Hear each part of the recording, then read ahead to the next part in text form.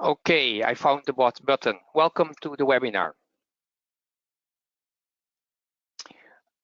I'm going to introduce our latest Wi-Fi indoor access point, the ECW336 to you today. So I will do a brief introduction about Wi-Fi 6E.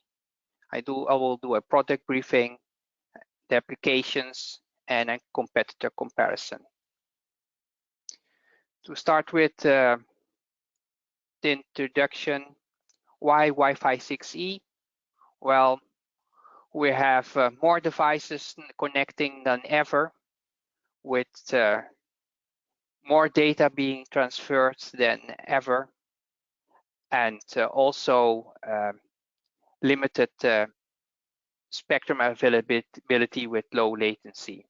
So it will, if you want to have some data, it will take some time for you to receive it also.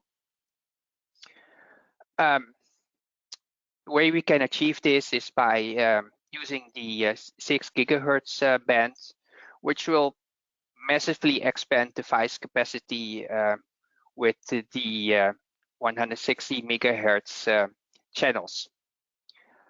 And this will increase network capacity, and because of that, it will reduce bandwidth congestion and deliver higher performance to all the Wi-Fi 6E devices, and also to those which are still stuck on 2.4 and 5 gigahertz, because some of the stuff is being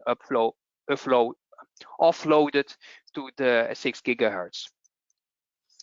So our key benefits, we have everything that we already had with Wi-Fi 6. And we will have wider channels available.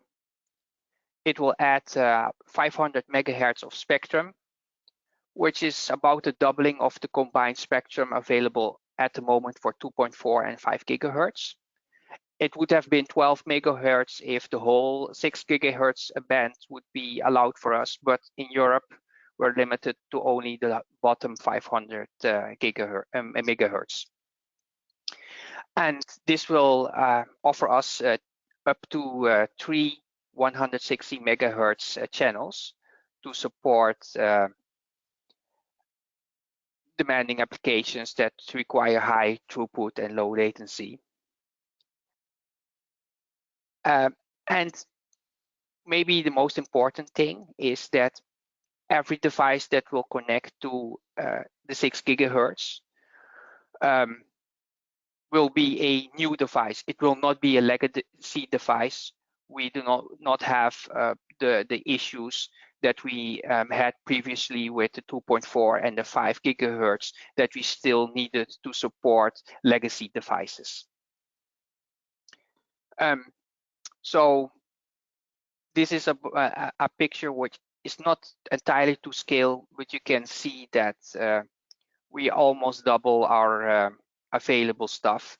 The stuff in gray is the part that the US has and we do not have, at least for now.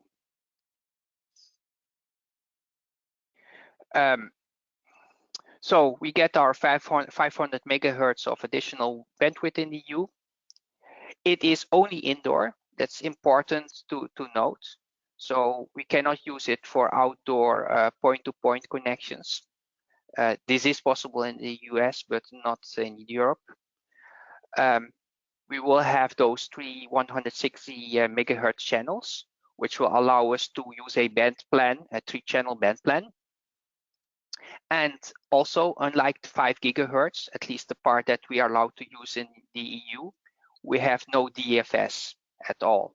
It will all be without DFS, so you can fix your channels.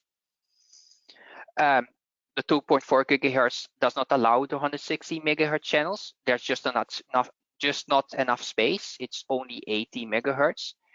And on the 5 gigahertz, even if you would try, you would only be allowed to have 2, which will not be enough for a nice channel plan. And also, those channels would be DFS, so they might have to change.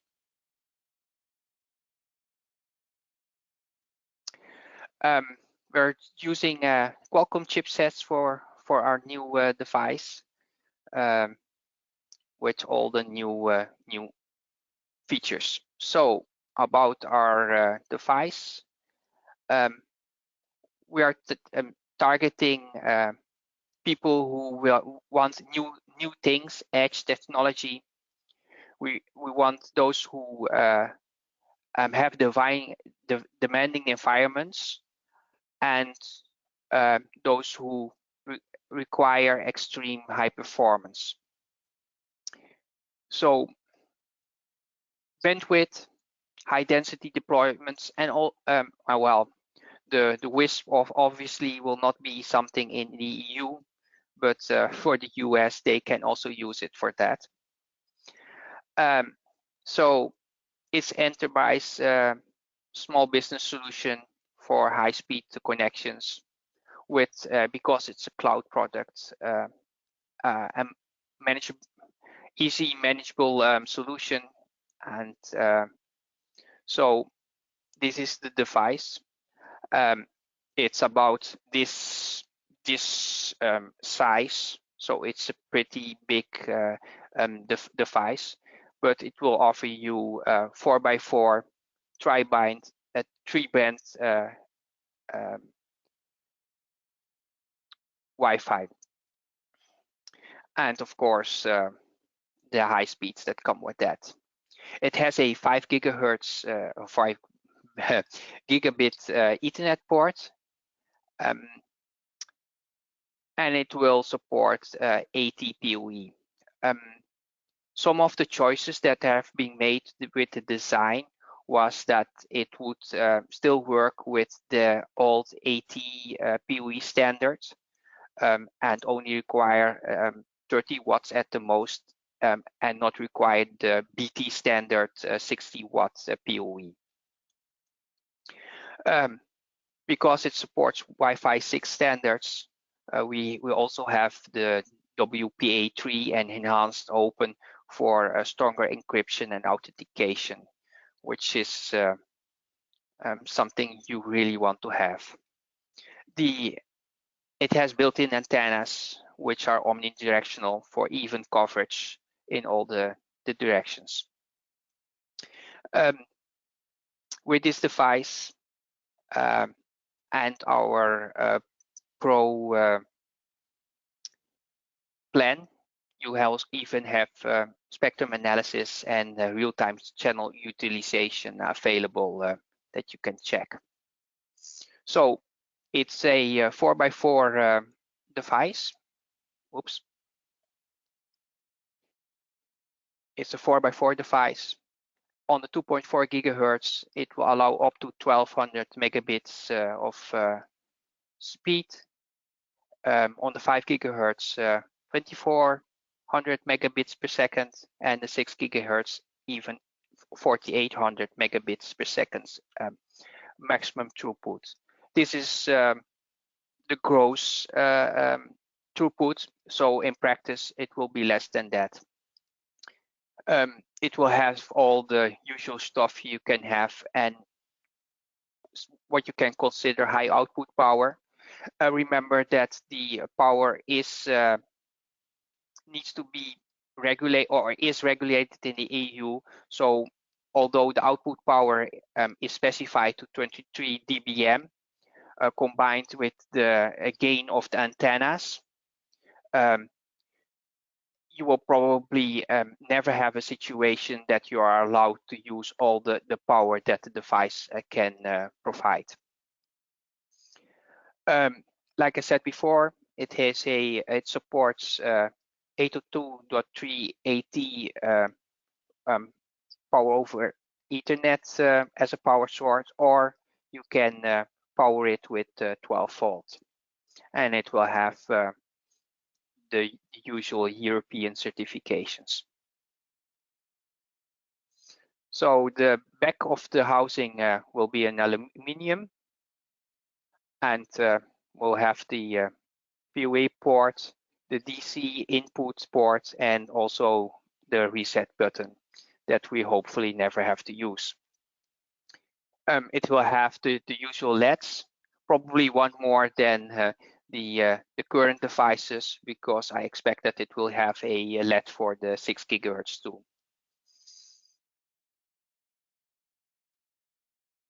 We will have I also have a product comparison where it is stacked up against some of our own devices. As you can note, the biggest difference is that it will support the 6 GHz.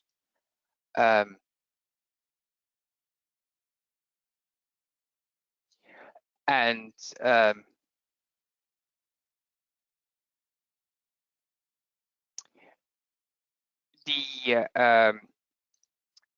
the different speeds, so the 1200, that is when it's doing that on a 2.4 gigahertz. 2400 is on the 5 gigahertz at the same time, and the 4800 megabits is also at the same time, the maximum. So the total maximum of this is about well, 7,400 gross, but it will vary a little bit depending on what clients you have and how much time they are allowed to use it at the same time. So the port, this is the first one, which has a 5 gigabit port, which should be enough, even though the total speed here is more than 5 gigahertz, because it still grows. So if we can saturate the 5 gigabit port, it will actually be a very good thing. So it will have DFS certification, which is hidden behind me. It will not have zero-way DFS, and it will not have the AirGuard feature like our security APs do have. So although it's sort of a Halo product, our actual Halo product is probably out to 30S at the moment, with all this the other stuff built in.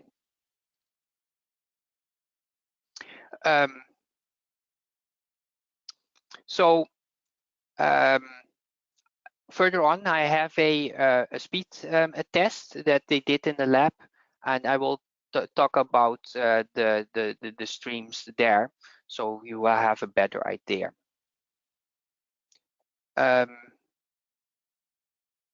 So hey, I see here that it should have been 4x4x4. So I fixed some mistakes, but not all of them.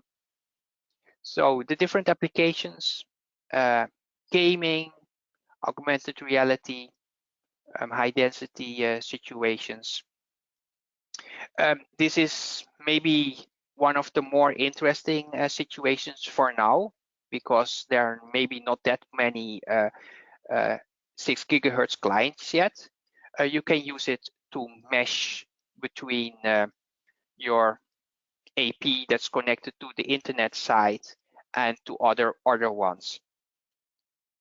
But you have to keep in mind that from 2.4 to 5 gigahertz, we already noticed that the reach is less, and from 5 to 6 gigahertz also, with the same output power, the reach of a 6 gigahertz device will again be less than what we had on the 5 gigahertz. So you will have to put your access points pretty close together to make a nice mesh. So the different applications where you can think of: schools, free Wi-Fi's, gaming groups, and maybe especially gaming rooms, because latency is everything there, hospitals, training centers, VR rooms. Again, their latency is very important thing there. if the latency is too high, people tend to get sick. So you want to have the lowest latency possible. So the competitor comparison.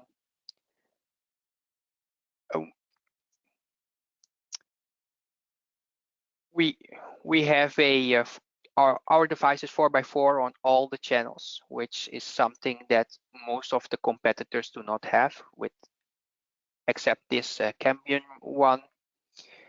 You can also see that the other ones, at least the Cambium ones, require BT powering. So you will need a more costly switch to be able to power them. For the other parts, they're more or less the same. The only special thing that was mentioned for the Cambium, as if I remember correctly, was that the third radio in their case could also be switched from 6 to 5 gigahertz. But that's something that our device cannot do.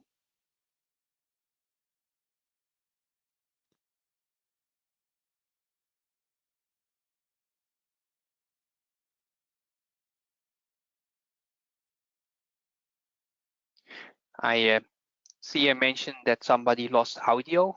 I want to confirm that my audio is still okay.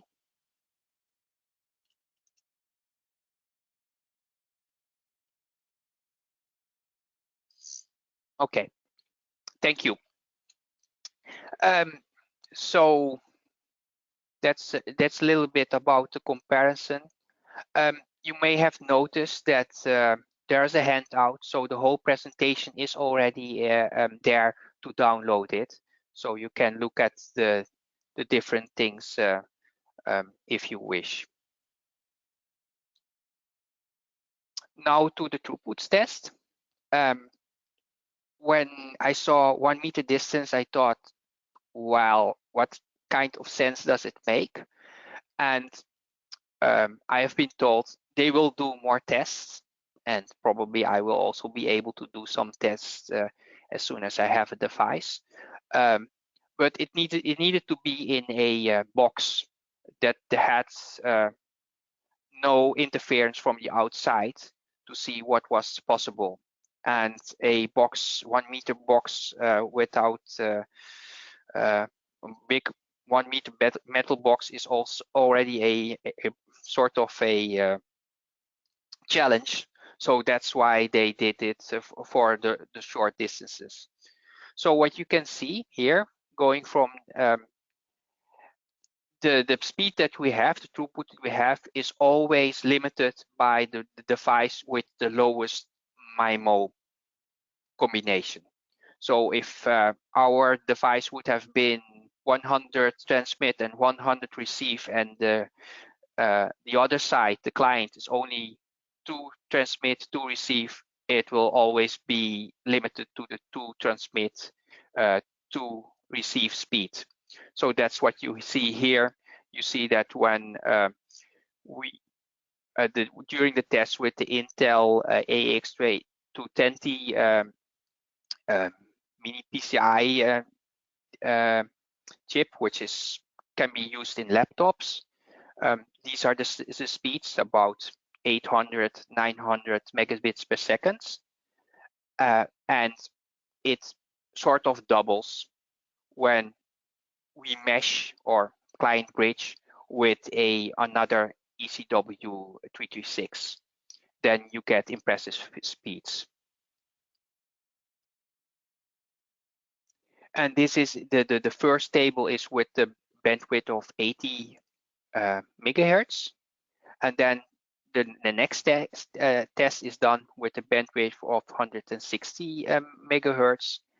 And there we see that the speeds are almost double, about double of what it is with a 80 megahertz bandwidth, except for the 5 gigahertz speed of the ECW. We appear to have some chipset limitation that in that case only allows us to have a 2x2 speed. So if you are going to mesh these devices, don't do it on the 5 gigahertz. Really use that on the 6 gigahertz, because then you have the better speed. So any other questions? Well, first, my Spanish is probably still too rusty to hold it in Spanish, but I will talk to Jesus, and maybe we can organize something with Jesus in Spanish, that he will do the presentation, and I will be able to handle any more questions.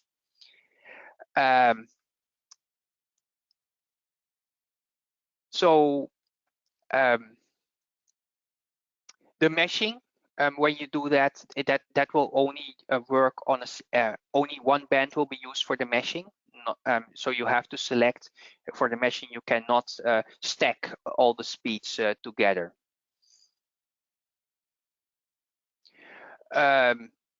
The maximum number of users that you can have, they haven't specified it.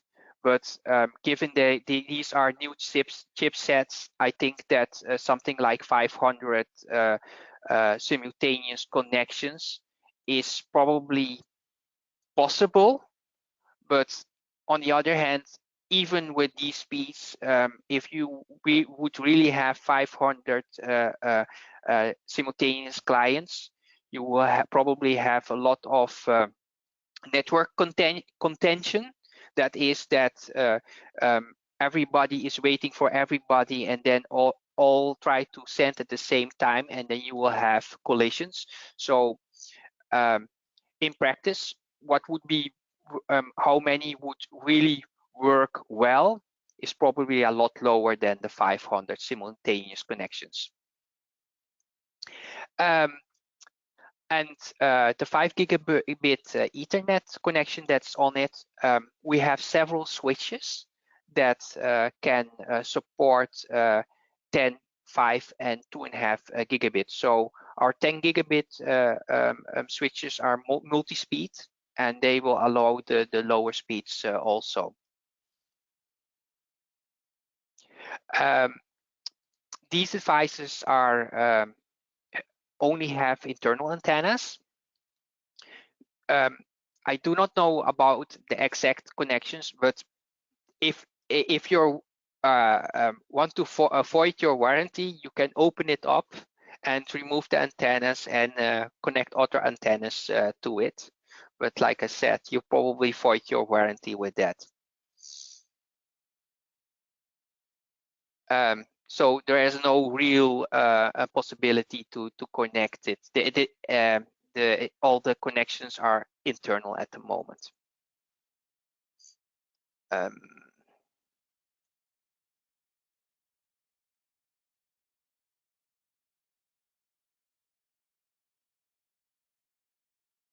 Let me see. Okay, about outdoor connections with Wi-Fi 6E. It's illegal. We're not allowed to do that for now. In the US, they have opened up not just the first half, but all of the 6 gigahertz. And I'll go back to try to go back to that thing at the start. So in the US, they opened up much more than what we have. So this whole piece, and also they allow to use it outdoor. But in the EU, it's only indoor for now. Also in the US, even though they allow it to do it outdoor, they have something like DFS, but that works differently. They need to connect to a database server, which will tell them which of the channels they may use outdoor in their area.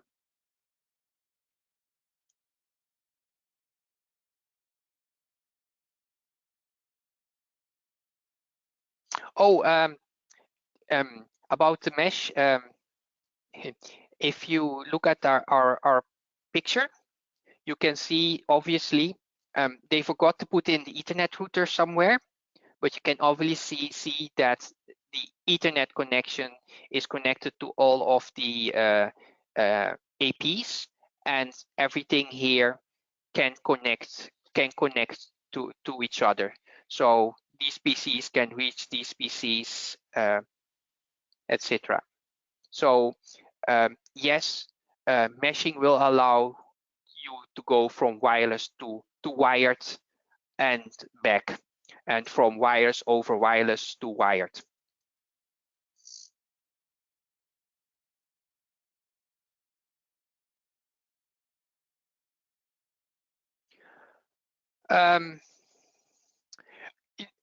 About the reach of this, actually, I expect it to be maybe better than 5 gigahertz for now.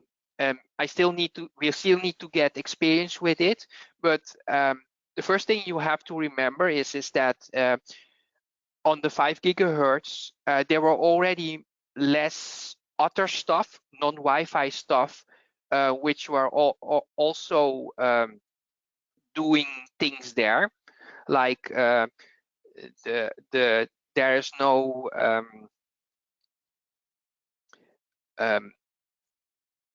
Bluetooth on 5 gigahertz, but it was on 2.4 gigahertz, and like Bluetooth, there were all kinds of other devices that used 2.4 and possibly impacting your Wi-Fi.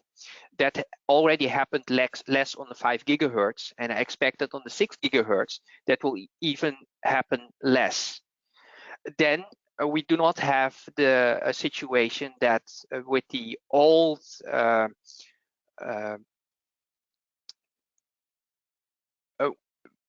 in the old situation with 2.4 and 5 gigahertz, we had to be backwards compatible with all kinds of old stuff. We do not have that in the 5 gigahertz. Everything you can expect to work at a relatively high speed.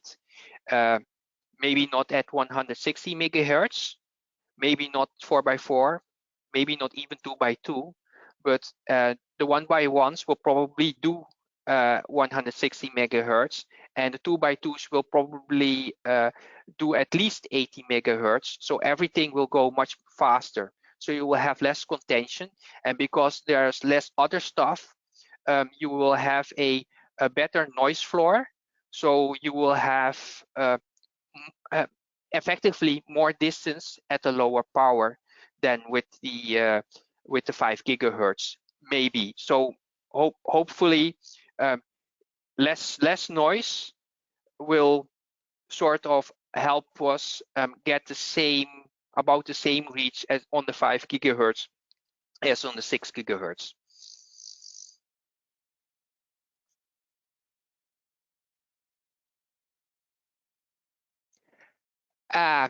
Yeah, about the daisy chaining of second Ethernet ports and stuff. I understand that has been discussed, but even with this, the size of the access points, they would have had some problem to put it on it. And the other thing is that they really wanted to keep within the AT envelope, 30-watt envelope, and that was simply not achievable if they put in too much other stuff. And that was the other reason why the second Ethernet port didn't make it. Oh, and besides that, there was one more reason. It uses the same housing as the 230 and the 230S, and that also only has a hole for a single Ethernet port. So we're a little bit stuck in the past for this. But it has been discussed, and maybe in the future we will have models with more Ethernet ports.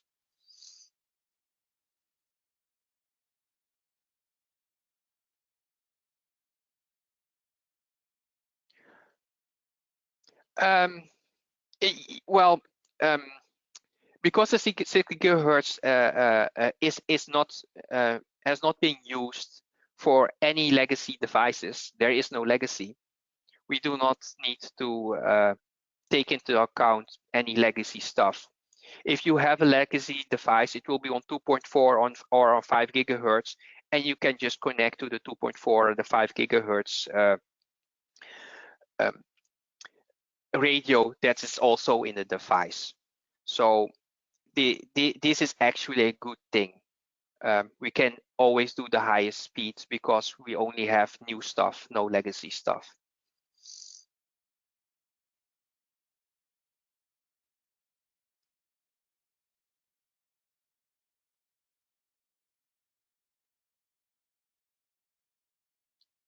Let's see if I have more questions.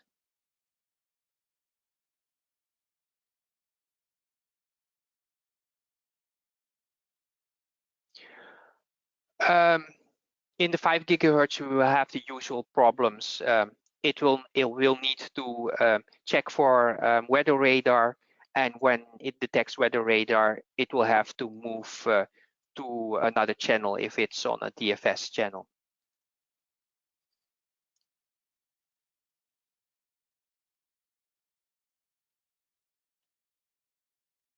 I hope that I have answered all the questions, which were pretty interesting.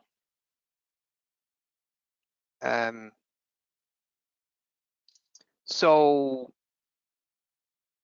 about new products, this is a 4x4 product. There is a 2x2 in the works. That will probably land sometime in the second half of this year. They talked about early in the second half, but they're very aspirational, just like Elon Musk. So it may be Elon time and take a little bit longer. And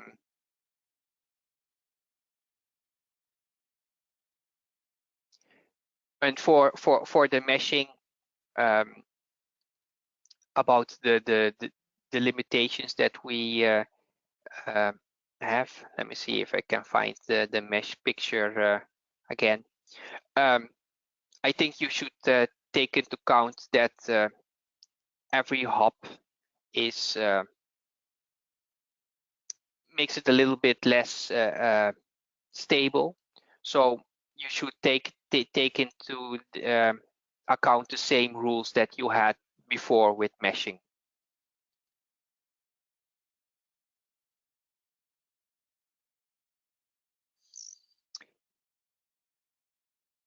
If I did not answer your question by now, could you please repeat it, and then I will check for it.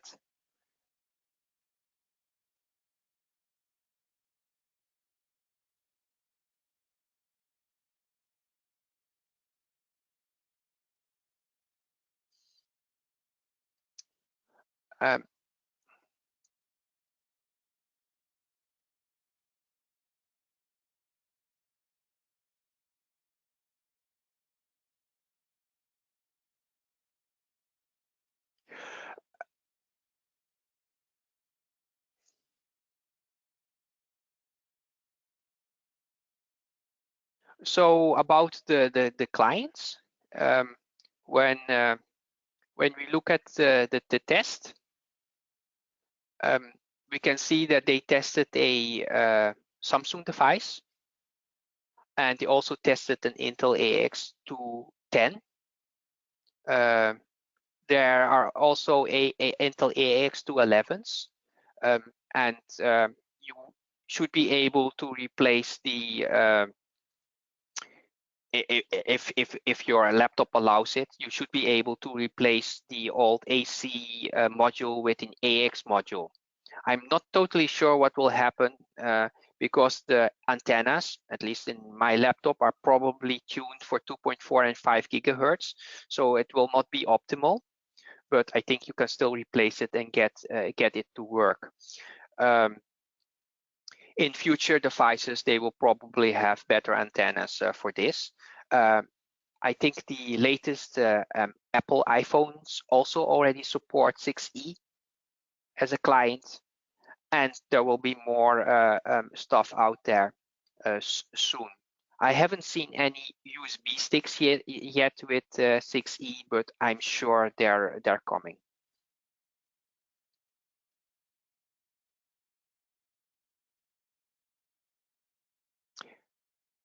I haven't seen the ECW336 yet in the online planner tool or in the Easy Wi-Fi planner yet, but I'm pretty sure that will be something that's high on the list to include.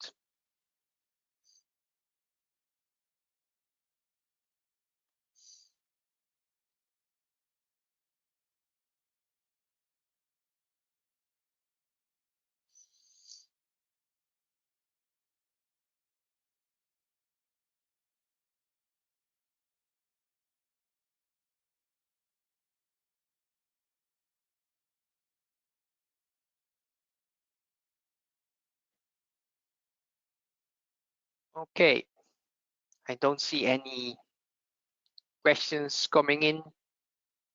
Oh, any indication of the pricing? I was waiting for that one. No, I do not have it. I think that the best thing is if you look at these, knowing us, will probably be sort of competitive, but we have to see. What I understand is that the pricing will be finalized sometime in the next few weeks, and then it will be made available.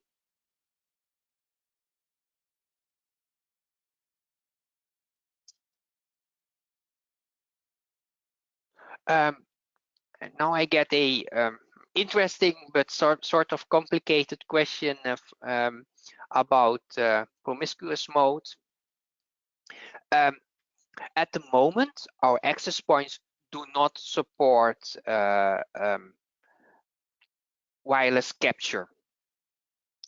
It's something that I have been pushing for, and they told me it was coming, but I haven't seen it on any release notes yet that when it will be coming. Okay, the next question I was waiting for, when can we expect them? I guess in about 2 months from now, 2 to 3 months. It depends a little bit if the first mass production is has no issues, and if the how they are sent over to us. If they're by ship, it will be, they take a little while, a long while longer than if it's going by air. Knowing the price of the devices, I think that air shipment will be less of an issue for this than for other devices. But anyway, so in a few months.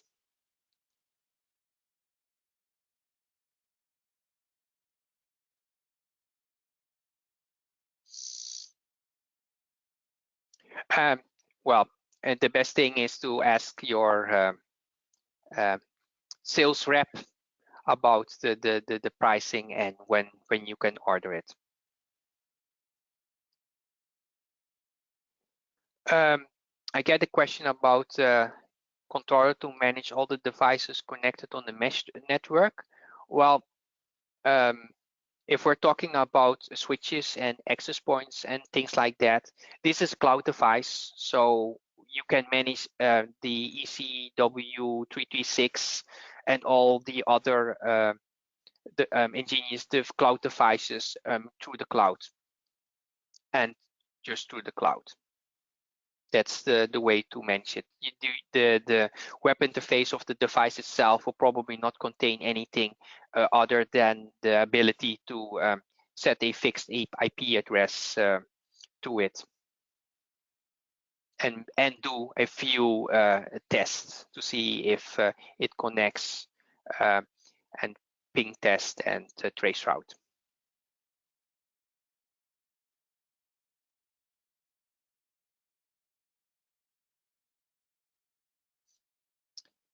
So every time I expect no more questions, there some others come in. So if everybody has any questions left, you can ask them.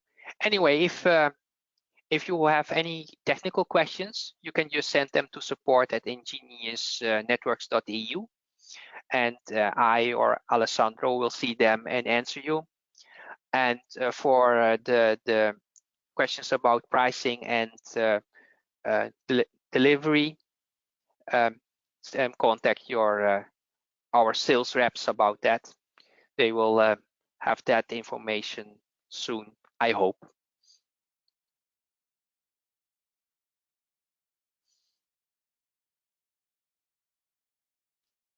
Everybody, have a nice day. And before I forget, in 2 weeks' time, I will do another webinar, and this time the webinar will be about our air guard combined with which is a pro feature, and I will show how it's what it does, and I will even put in a demonstration of what you would see when a hacker would attack your network in different ways, where I would play for the hacker and do the attacks and then show what happens, or how we will for a part what happens, and for a part how you will see it on the access point. So hopefully until then, have a very nice day.